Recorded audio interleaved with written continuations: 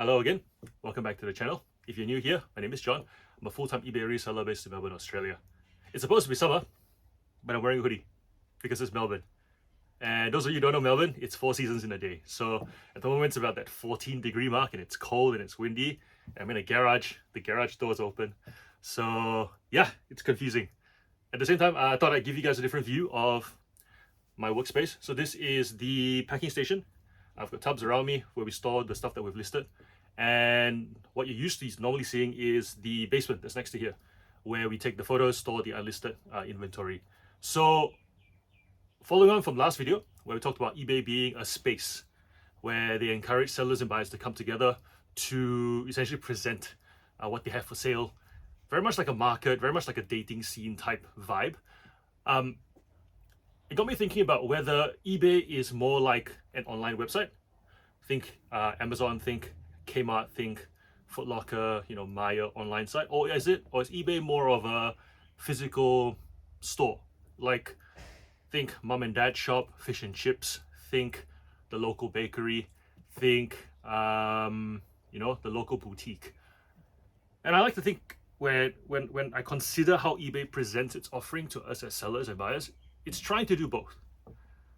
And where there's a missed opportunity for a lot of eBay sellers when they start out, and before they get to that point where they need staff and they need to automate because it's too much, they tend to go, it's online, and they forget about the physical experience that can happen online.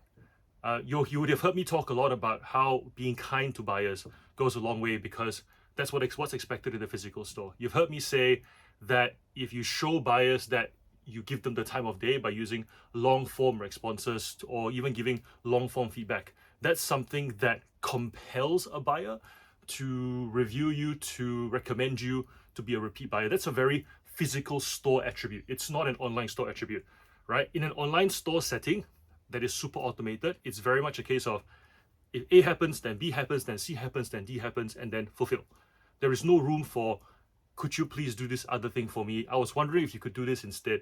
There is no deviating from the path. It's very much from A to point D, it's straightforward. You essentially start a chain of events and it leads to a product being fulfilled. And then if it's not fulfilled, you have a help section where you can answer your questions yourself, or you can contact the seller to fix the problem for you. But when I look at eBay, there is a help section directly with eBay, because eBay as a business is that online kind of business model, right? It's like we've done everything so automated or so, I guess, workflow structured that if all that doesn't work, then come and ask us for help. But as far as buyers and sellers are concerned, the contact seller, contact buyer aspect of it isn't framed as a help section. It's framed as a reach out to the seller if you think that you could make something happen. Reach out to the buyer if you feel like you could potentially upsell them a product based on something that they've previously bought, right? And I like that, and I think a lot of sellers ignore that, because when Christmas comes around, which is coming soon, and you've seen me post about how I get questions about, I've got these items for sale, I've got these items that I want, or Santa's given me a list. Do you have these items? Can you please make a custom bundle for me? If I had my online hat on, I would go, it's there. I mean, and sometimes most of the items that they ask for, I have. But they bother to send me a message as if to say, you're a person, can you please do something for me? That door isn't open in an online shop setting, but that door is very much open in a physical store setting. Someone will come in and go, I don't know what I'm looking for. I'm looking for a blue suit, potentially a red tie, with yellow dots. Could you please help me put something together? And the store owner doesn't go, like in an online store, well, we have them in stock. Why are you asking me? Just go look for it. But in physical store, they go, yes, I have the blue suits over here. And yes, the ties are here. And oh, you might need a belt as well. This belt goes with this suit. And that can happen on eBay. And I encourage you as sellers to embrace that and not see it as extra work, because you only see the extra work if you have the online store kind of hat on, where you go, I've done all the work already. I've sourced, I've sorted, I've photographed, I've listed, and I'm waiting to sell here on this part of the of the spectrum, right? When really, if you kind of step to here a little bit and put your hands out and just look, yeah, I can help you. Here's this toy and here's this book. And when you make that bundle, it's almost an assured sale. And what you'll find is that extra work, very few sellers will go through that effort where they will take listings down, reassemble listings and sell. And it's those sales that give you the best feedback. Those sales that bring repeat buyers. And I can guarantee you, those buyers who come to you during that Christmas period where they ask all these questions, they want things to be more or less like spoon-fed to them. During the normal time of the year, when they get more familiar with the platform, when they only want one or two things, they don't ask you for more. They'll just go, yep, buy. And my experience, having done this full-time for 3 years plus, those buyers are the ones who also pay full price down like later on because they know this seller deserves it. I'm not going to lowball them. They've done plenty for me. Is that the reciprocation happens.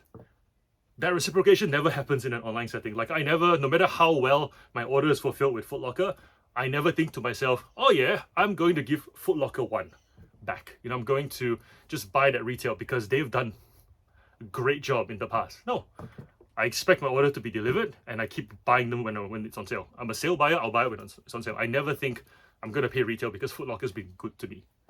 So I encourage you as a seller, when thinking about eBay, when heading into the Christmas season where it's busier, which means there's an increased volume of traffic, to actually play with both hats and try and balance the two as eBay sets you up to do.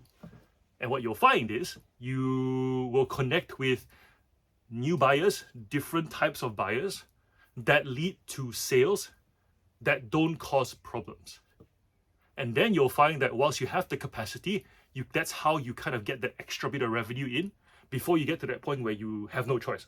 I get it. Some people are at that point where they really have too much in sales to do, too much to pack, too much to this. Like they're just big, right? They can't do this anymore.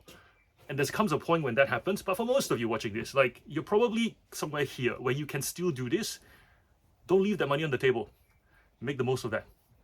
So yeah, until the next video. Thanks for watching. I'll see ya.